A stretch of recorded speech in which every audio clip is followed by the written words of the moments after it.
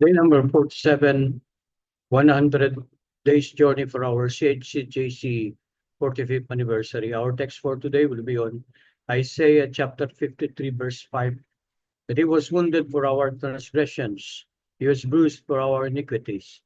The chastisement of our peace was upon him, and with his stripe we are healed. Sa propesya ni Isaiah ay nakasulat ang sasapitin ng nagturusang Mesiyas. Ang mga Hudyo ang naghihintay ng katuparan nito. At ang naging katuparan ng propesiya ay ginanap ng Panginoong Hesus doon sa Kalbaryo. Ang kanyang mga sugat sa kanyang katawan para sa ating pagsuway. Siya ay nabugbog para sa ating kalikuan. Napahirapan siya upang ating makamtan ang kapayapaan at kanyang mga latay ay nagdulot ng kagalingan.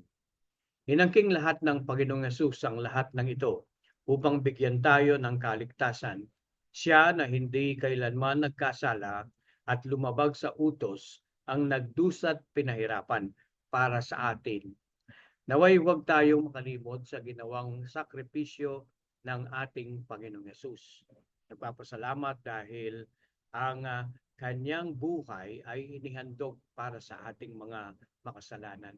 Pakatandaan na napakalaki ng pag-ibig ng Diyos at tayo ay pinagkalooban ng oportunidad doon sa kaligtasan na kanyang kaloob. Hindi lang sa mga Hudyo, kundi sa buong sanglibutan. For God so loved the world that He gave His only begotten Son, that whosoever believeth in Him should not perish, but have everlasting life. For God sent not His Son into the world to condemn the world, but that the world through Him might be saved. Tayo manalangin. Panginoon, nagpapasalamat po kami sa inyong ginawang sakripisyo dun sa krus ng Kalbaryo. Dahil sa inyong nakamtang parusa, ang katugunan para sa aming kasalanan ay sapat na ginawa po ninyo doon sa krus. Ang inyong banal na dugo, ang pangtubos sa aming mga sala. Salamat po. Ito ang aming dalangin sa pangalan ni Jesus. Amen.